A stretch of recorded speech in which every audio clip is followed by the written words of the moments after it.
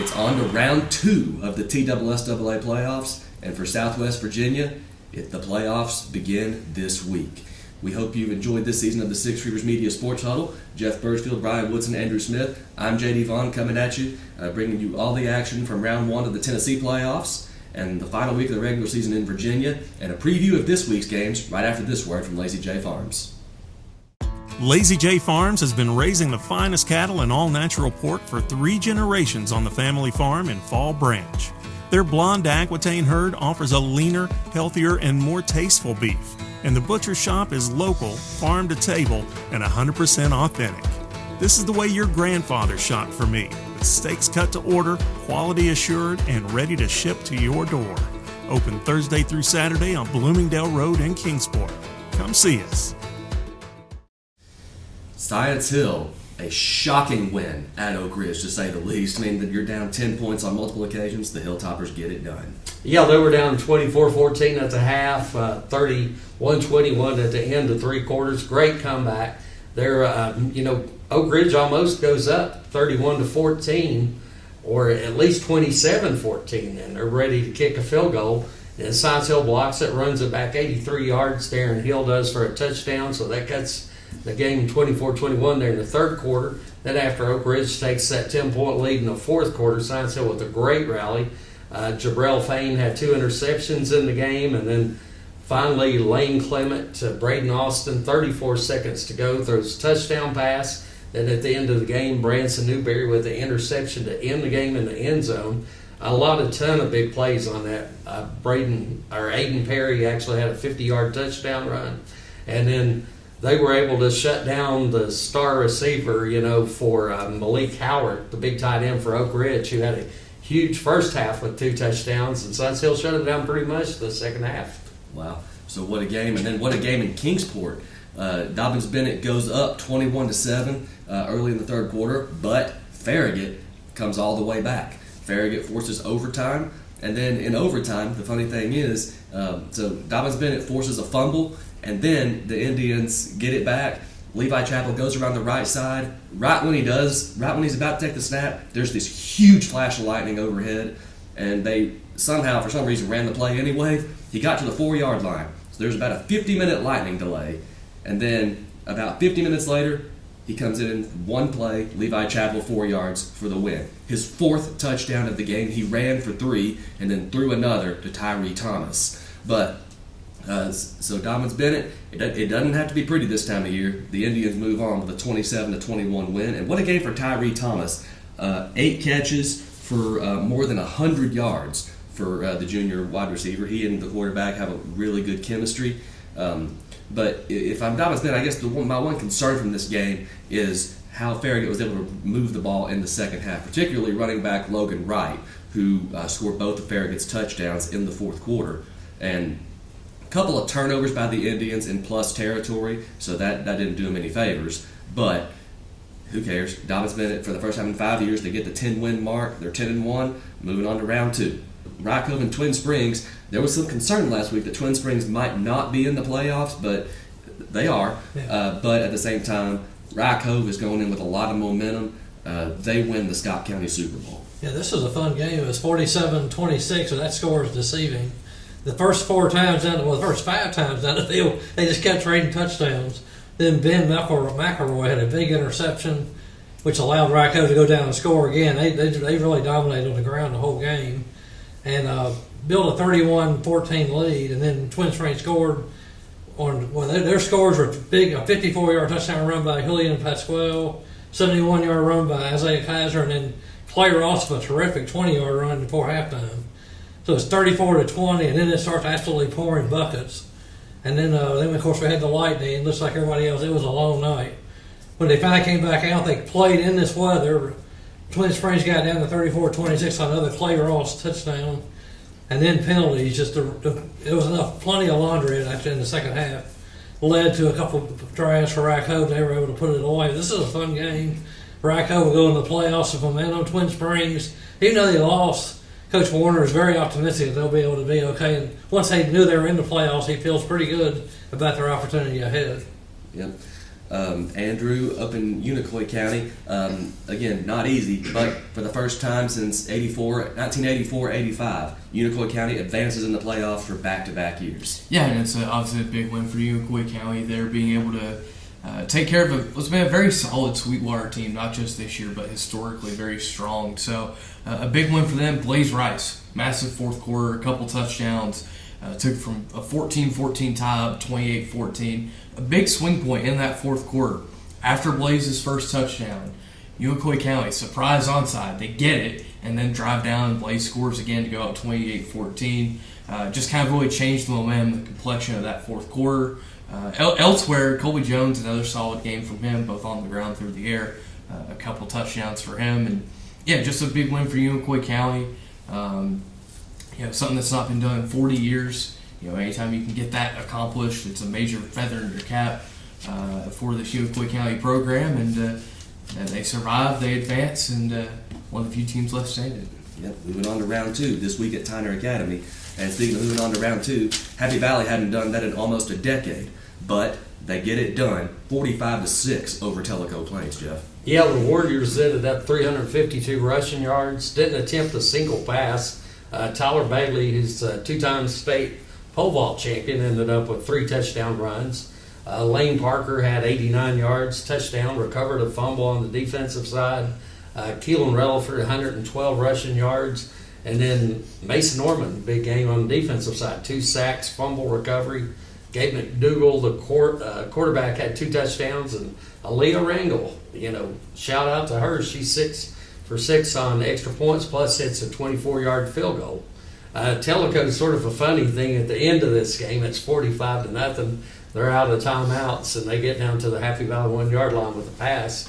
1 second to go, and all of a sudden 2 players have cramps and like to fall. So the officials did stop the game, and they were able to score a touchdown. But so otherwise, Happy Valley would have had its 6th shutout of the season. Well, maybe a little fake injury there. I don't know, but obviously at the end of the day, it doesn't mean much. But West Ridge on the road at Maryville in the first round, just. There's a reason they call it the Black Hole over there in Maryville. The Red Rebels. Ethan Amos does get a touchdown run, but it's not nearly enough. Maryville, Will Jones, just the passing of Will Jones, and with weapons like Torrey Beaufort in the passing game, just the Rebels just too much. A 41-7 winner in the 6A first round, and then Elizabethton, the Cyclones fall behind 21-3 at halftime. Rice and Blevins did get them going a little bit in the second half, but Elizabethton comes up just short of Gibbs, 24-17 the final, and that snaps Elizabethton's home playoff winning streak at 16 games. Hard to believe it's been more than a decade since the Cyclones last lost a home playoff game, but it finally happened.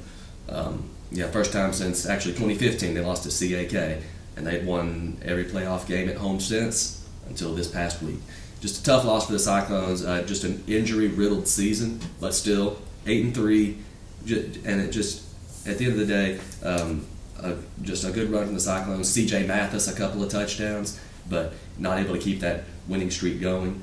And then Brian, Gate City comes up short at Ridgeview, and then Tennessee High got the home playoff game, but couldn't get the home playoff win. Yeah, Tennessee High did get that home playoff game. They won so bad, but they just had a terrible time getting by Knoxville schools. Knox Hall jumped out to a pretty good lead, and Tennessee had a battle and tried to hang in there. Elijah Plumbar, who's been injured so much the last 4 years, had a terrific game in his final game for Tennessee High. It was good to see, but they just weren't able to get over the top in that game. Gate City, they were tied 20-20 in the second half in the third quarter, and then Jalen Deal ran. They call him Jalen the Real Deal. Ran for 3 touchdowns from that point. And in the second half, and Ridgeview was able to pull away from Gate City and get the win. And that was especially costly to Gate City because they went from 2nd seed all the way down to 5th seed in the playoffs. Yeah, that's quite the drop there. Yeah. So, and then Andrews, that's a tough night for Carter County. The game you covered, Hampton comes up short against Rockwood. That one kind of surprised me a little bit. Cloudland comes up short on the road to Coalfield. That one not very surprising, though. Yeah, no, Coalfield's been the cream of the crop in Region 2 for a long time, and they showcase why again there. That was actually a Thursday game due to the weather forecast, and it was honestly a pretty good call to have that on Thursday, but Yellow Jackets jump out to a 30-0 lead after the first quarter. Cloudland had an early block punt that just kind of shifted the momentum. They could never get it back. Meanwhile, Hampton, they struggled to contain the Rockwood offense at times. Explosive plays tend to be their downfall. There were 6 of them of 15 or more yards by my count. The Rockwood offense was able to get. Hampton scored early, but ended up falling behind 21-6 at halftime. They get a long drive. Isaiah Belcher scores to bring it back within a score, but they just couldn't get that fourth quarter drive to get back in the game. They ultimately, after a Connor McKinney pick, ended up giving up a touchdown kind of late there. But good season for both those Carter County teams. Two teams that played for the conference championship. Especially hats off to Hampton, the season they had without a home, a true home. Yeah. Being able to go 9-2, a conference championship, and another very solid season for Cloudland. Zach Banfield and his boys. It was traditional Cloudland football. Run the ball, tough, hard-nosed defense. A tough end, but can't really say it was a bad season for either team at all. Sure thing. A couple of tough losses. Alcoa hosts Cherokee and gets to win 56-0, Jeff. David Crockett back in the playoffs, but they had to go to Knox Central with that quarterback, Caden Long. And, Caden Long did Caden Long things. Yeah, 49-10. That game, and like you're talking about, those Knoxville area schools are always so good. I remember the year Crockett was undefeated, and they went down there and played Knox Central in the playoffs, who went on to win the state championship that year. But in this game, A.J. Wynn, we've talked about what a terrific athlete he's been for Crockett. 70-yard interception return, and then their kicker, Ruben Ibero Flores, ended up kicking a 31-yard field goal for Crockett's 2 scores. And then, we can go on and on about Alcoa, what a great tradition they have, all the state championships and all, but let's focus more on our local team there, Cherokee. Just a great season there, running back Jaden Weston, piled up all those yards. Landon Jeffers has just done such a phenomenal job over the years as quarterback for Cherokee. And then congratulations to Lofton Ace. He set a single-season receiving record there for the Chiefs with 892 yards. Yeah, just an incredible run for Landon Jeffers and Lofton Hayes and that Cherokee team. Speaking of good runs, Volunteers, that's a school record for wins this year. They finished 7-4, and they gave Anderson County a fight in the second half. Just so shout out to Coach Jeremy Wagner and the Falcons, Lincoln Wilson, Amarian Graves, and the lineman Christian Wilson, the area leader in tackles for loss. So, and just Volunteer, able to give Anderson County a battle, but the Mavericks get the win 37-21. Providence Academy makes its inaugural playoff berth with behind freshman quarterback Cam Blanton. And of course, his top target is this senior Cole Blanton. The future looks bright for Providence Academy with that freshman running back Ty Pure, who had almost 300 yards a few weeks ago. But they come up short at Donaldson Christian, 42-14. But a solid foundation there for Daniel Kilgore and the Knights. That's going to wrap it up for this past week of high school football. We'll take a look at this week 13 and round 2 of the playoffs and round 1 in Southwest Virginia right after this. Lazy J Farms has been raising the finest cattle in all-natural pork for 3 generations. Our blonde Aquitaine herd offers a leaner, healthier, and more tasteful beef that ships from our store directly to your freezer. This is the way your grandfather shot for meat, only now we wrap it, seal it, and send it right to your door. We have plenty of options to pick from, and they're all fresh and natural. Just visit our website at lazyjbeef.com and choose your package. We'll get it straight to you. So for this week, our Six Rivers Media Game of the Week takes us up to Warrior Hill. Happy Valley looking to win 12 games, first time since 1997, which would tie a school record for wins, Jeff. They got Bledsoe County coming to town. What's Happy Valley got to do? Well, Happy Valley's got to do what they've done all season, just continue to run the ball. We talked about the good thing with the Warriors, they have so many weapons. You've got the quarterback, Gabe McDougal, running that triple option, and then you have Keelan Relaford has a lot of speed. You got Tyler Bailey, a great athlete we talked about. It's a 2-time state pole vault champion. Had Lane Parker, he gives them another dimension there. Then they've got, on the defensive side, you got Mason Norman, we talked about him, and linebacker, great game he played. Tyler Berry played a great game, also. And then the big line at Happy Valley, you get all these backs, get all the publicity. But Nick Primieux and some of those guys, up front, they're the ones who paved the way, for those guys to have those big running games. So that's the key, if they want to go and tie that school record, like I said, 28 years ago. Yep. So Happy Valley, a great opportunity for the Happy Valley Warriors. Again, they're at home as long as they keep winning.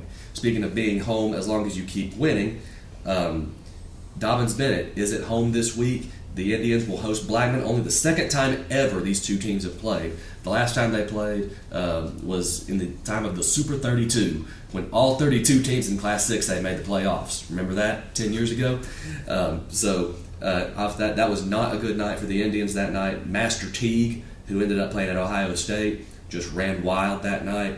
So this year's Blackman team, very similar. Whole lot of speed, whole lot of athleticism.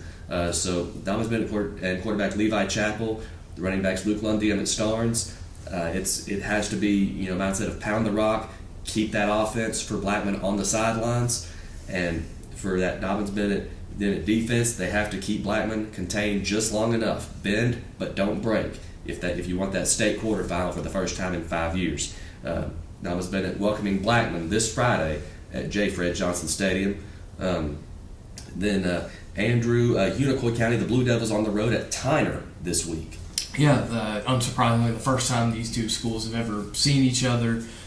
For me, this is a game that will not only test physically Unicoi County, but to me, a lot of it is mental. And it's because of the 3.5-hour bus drive you'll have to take from Irwin all the way down to Chattanooga. How can this veteran-laden team keep focused, be able to not let that be a big distraction? Once you get down there, this is a good Tyler County team. Tyler Academy team. They won Region 3. They went 9-1. They beat Watertown in the first round last week. So this is obviously a very quality opponent. You get to this point in the year, everybody's pretty good. So not saying a heck of a lot there. But I'm looking forward to seeing what the supporting cast around Colby Jones is able to do in this game. Avery Hatcher out wide, Blaze Rice in the backfield. What can the offensive line, the protection, can they hold up enough to be able to give Colby time to, make reads downfield, to tuck it and run if he needs to? That's where my focus will be in this ball game. Sure. And then Jeff, Science Hill on the road once again this week. This time in Middle Tennessee, all the way a long trip to Green Hill. So what's Science Hill got to do to make the quarterfinals? Well, like Andrew's talking about, I think it's a 200-mile trip from Irwin to Chattanooga. From Science Hill to Green Hill is actually 270 miles all the way down to Mount Juliet. And then they're playing a Hawks team's probably the most talented team they've played all year. And I did say that. I know they've played Maryville. I know they've played Oak Ridge. But this team, really good. They're 9-2. They've won 8 straight games. Got 4 guys that are Division I commits. They're big-time players, including the quarterback, Cannon Burrows, so UT Martin commit. Then you've got the left tackle, big guy, Ethan Harris, who's going to Davidson. I hope I'm pronouncing this name right.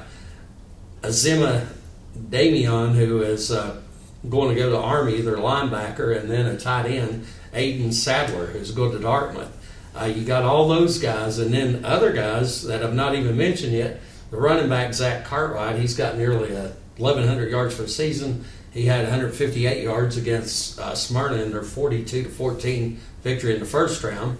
Luke Parton's really a talented wide receiver. They got in their safety, Will Butler. He has 6 interceptions this season. So it's a strength versus strength, with that Science Hill passing game with Lane Clement and all the good receivers he's got, like Ranson Newberry, Marcus Jones, Tyler Holder, and others going against that really good secondary there for the Green Hill Hawks. Yep. And then Brian, of course, Rye Cove is home for the playoffs this week. They got Holston. So what does Rye Cove have to do to make that playoff run, make another playoff run? Just keep the running game turning, and they should be able to do that in this game. Cole Barnett has got on, and he's 165 yards, or 65 yards, got 1,000 on the season, which isn't bad since he's been hurt some. Carter Roach Hodge and Will Rollins, those 3 together scored 37 touchdowns. And Taylor Sheep really looked good last week at quarterback. They did a good job of play calling. They ran most of the time, but a couple times against Twin Springs, they sprung the long pass and it worked. And Coach Collier was very complimentary of him after the game. They're going to have the good defense. They're going to have to slow down Eli Tweed, who has gained more than 1,000 yards this year for Holston. Colin Widener is a quarterback. They have lost two. Holston's lost 2 straight coming into the playoffs, and they have had some injuries. So it'll be, if Racco just keeps the ball running like they did last week with Twin Springs, they should be okay. Just watch out for just keep containing Tweed. They should be fine in this one. Yep. And then our other 2 playoff teams on the road. Gate City on the road at Graham, Twin Springs on the road at Chilhowie. What has to happen for either team to advance? Okay, Twin Springs. Chilhowie's a talented team. They got a really good. These 2 teams are almost mirror images of each other. They can both throw the ball and run the ball. Twin Springs has Clay Ross, who's had a terrific season, and he's going to be the key for them to be able to, throw the ball or run the ball. He's thrown for almost 1,600 yards and run for almost 1,000. So they're going to depend on him to find an open man or to run. He does a great job open field running when he gets pressured.